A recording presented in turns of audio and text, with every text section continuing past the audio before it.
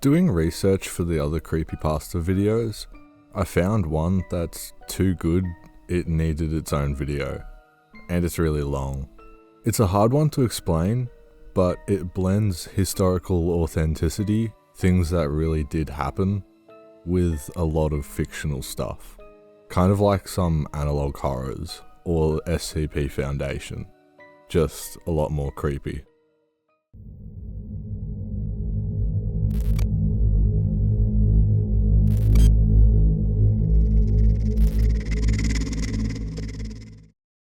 There's a production editor working at a small publishing company in the US of A, normally publishing smaller books like coffee table stuff. They get a lot of manuscripts and CDs with pictures from amateur photographers, and someone gets the job of going through the CD pile that gets passed around the office. An old man had contacted them from out of the blue about a series of photographs and gave them a chance to publish them in a book. The man referred to these photos and the title of the book as Anomalies. These photos depict something out of the ordinary or unexplainable, and normally comes with a story just as interesting. It's not the kind of thing they normally publish, but the samples the old man sent were too compelling to pass up. And once they realized these photos aren't widely known, they knew they had something that could catch a lot of people's attention. About a third of the way through the project, the man pulled out as another company had offered him a much larger sum of money. He told them the photos he had sent scans of had to stay out of the public eye. After hiring a lawyer who came up with some bullshit to void his contract, he then threatened them with a lawsuit, large enough to bankrupt the company, if they went ahead with the book. The law firm also sent an annoying little IT guy to wipe everything from their computers so they had nothing. Luckily, the production editor had a backup of what work they had done at home. Feeling violated and bitter about the whole thing, he posted it all online. There's a total of 14 photos, and we're going to go through them all together.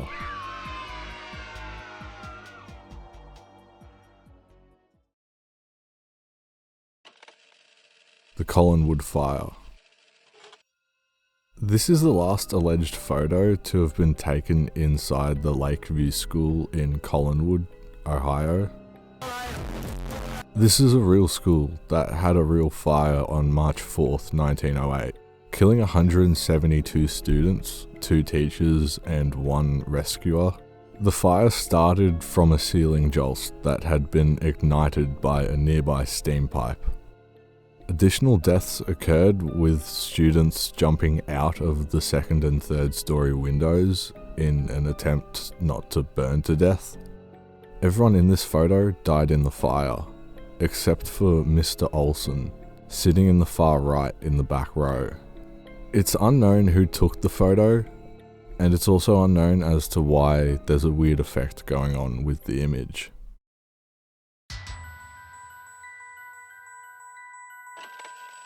Charlie Nunans' last interview. Amateur folklorist Charlie Noonan travelled throughout the United States in the early 1900s, collecting odd stories from anyone who would tell them. According to his wife, Ellie, Charlie had been told a story by a farmer in Oklahoma about a strange woman who lived alone on a property in the Panhandle. But the farmer claimed that it wasn't an old woman at all, but something else. Something that hid its true intentions behind a thick headscarf and was never seen without its large dog by its side. Charlie obviously went searching for this woman, but was never seen again. His wife was eventually contacted by a pawnbroker who knew about her husband's disappearance, as he had bought a camera from a random traveller, and it had Charlie Noonan's name engraved on it. He returned the camera to Ellie, and she then had the camera's film developed, in hopes of finding some clues to her husband's whereabouts. After getting the film, this was the only photo found on it. The old woman with her dog. This photo didn't help find Charlie, nor does anyone know where this was taken. Except I found the original image taken in New Mexico, and it's just an old lady with some buckets. Her name's Virginia Romero. How interesting. The death of John Ulsted. It's one of the two. This photo shows a group of regimental guards of the Union Army a month before the Battle of Antietam.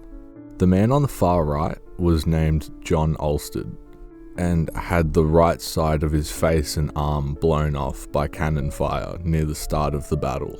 It's unknown when the damage happened on the picture, but it also took me a while to find out what was so special about this photo. But remember the guy on the right, John Ulsted?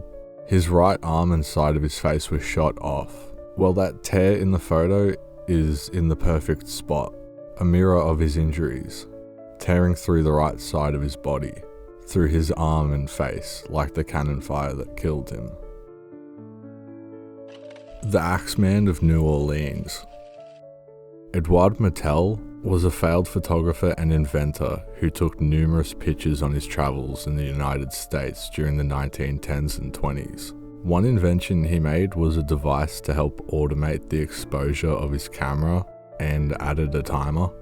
Often he would set up a hidden camera in the streets of wherever he was at the time, and would wait across the street, and had captured thousands of photos like this. He unfortunately died penniless and unknown in 1955, and had left most of his items to his daughter, Gianna. Sorting through his stuff, to which he had dozens of boxes filled with photos that he didn't really care for, as most had motion blur, and he felt that ruined the quality. She found a photo cast aside that may have been his most important one. This image, taken on the morning of October 28, 1999 in New Orleans. It's hard to see, but off on the right, near the center, a man is walking up some steps into an apartment building, holding what looks to be something in the shape of an axe.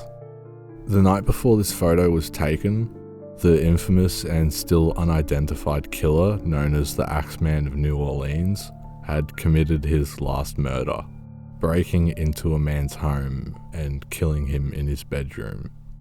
And this photo is possibly the Axeman returning to his own home. The Grand Cavern cryptids.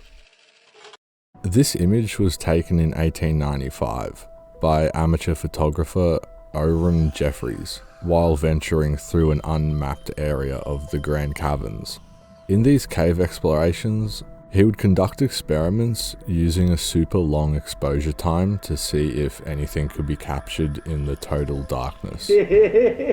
During one of these experiments, he heard something approaching from deep within the cave. In a panic, he set off a camera with a prolonged camera flash. Taking this photo, Jeffries later reported that he saw 3 humanoid creatures staring at him. He took off running out of the cave, but came back a few days later with some friends to retrieve some equipment he left behind. Looking at the photo, they're literally just them sand guys from Star Wars. Out. The Harlow twins. Twin brothers Billy and Stevie were in the front seat with their mother, Tammy, driving home, when their Ford sedan suddenly went head-on with a Chrysler. During the collision, they spun out and impacted 2 other cars. Tammy Harlow survived, but the twin boys were not so lucky, as they were shot through the windshield and killed instantly.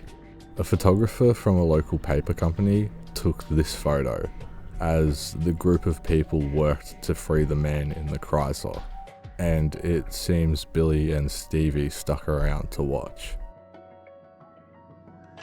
The Theenson Tragedy. The Theenssons, a Danish family that immigrated to the United States in 1905. Moving with 1 child, then having 3 more, they all settled on a farmstead in Missouri. This photo, taken in 1916, shows all 4 kids a week before the tragedy. Anders, Simone, Freak, Mathilde, fucking these names. The 3 eldest were playing in the hay barn and apparently had fallen asleep at some point. Their father, Nicholas, drove a wooden hay sweep into the 3 kids and dismembered them in locations accurately suggested by the flaw in the photo. It took me ages to work out what the flaw was, so I had to go to the comments. Can you see it? It's kind of silly, but this cracked line along the photo goes through the 3 eldest kids, showing the locations of their injuries. Isn't that mind-blowing? Also, the donkey clearly gets its head cut off. The Spectre of Viola Peters. This is the only photo that I have to blur, as you can't show that stuff on YouTube anymore. But it's a guy hanging from a noose. Viola Peters, a woman born to wealth and who lived alone in a small rural town in McKaysville, Georgia. She was well known for her charitable work for the local church, soup kitchen and orphanage during the Depression. In 1935, Viola was raped and murdered by a drifter named Tom Cullen, who worked at a nearby copper refinery. He had also stayed in her house and continued playing with her corpse for the next 17 days before being captured. A group of enraged locals stormed the county jail and took Cullen, lynching him from the old bridge over the Toccoa River. This photo was taken by Garrett Killen, a photographer and witness to the hanging. The image was published a few days later in the papers, and most people suspect Viola's spirit was there to get some sort of closure. The ghost of Sarah Eustace. Danvers State Hospital is quite special among most mental hospitals. Built in 1874 with a Kirkbride style, which is the type of building that kind of comes out with wings, like Batman's logo. Danvers was known for their outdated medical techniques to treat insanity, and was the birthplace for the prefrontal lobotomy. The place inspired stories for H.P. Lovecraft, and also inspired Arkham Asylum, also being the place where horror film Session 9 was filmed, using the building's vast network of tunnels to get hundreds of shots. They also chose this place because there were rumours of a ghost haunting the place. A patient in 1955, Sarah Eustace, escaped into the tunnel system and despite numerous searches, was never found. A nurse at Danvers became obsessed with the story about Sarah's disappearance, and after spending many hours of her off time searching the tunnels, she ended up taking this photo in 1966. Which shows Sarah may still walk the tunnels. Yeah, honestly, these ghost ones aren't too great. Oh shit! A ghost! Stevenson family portrait.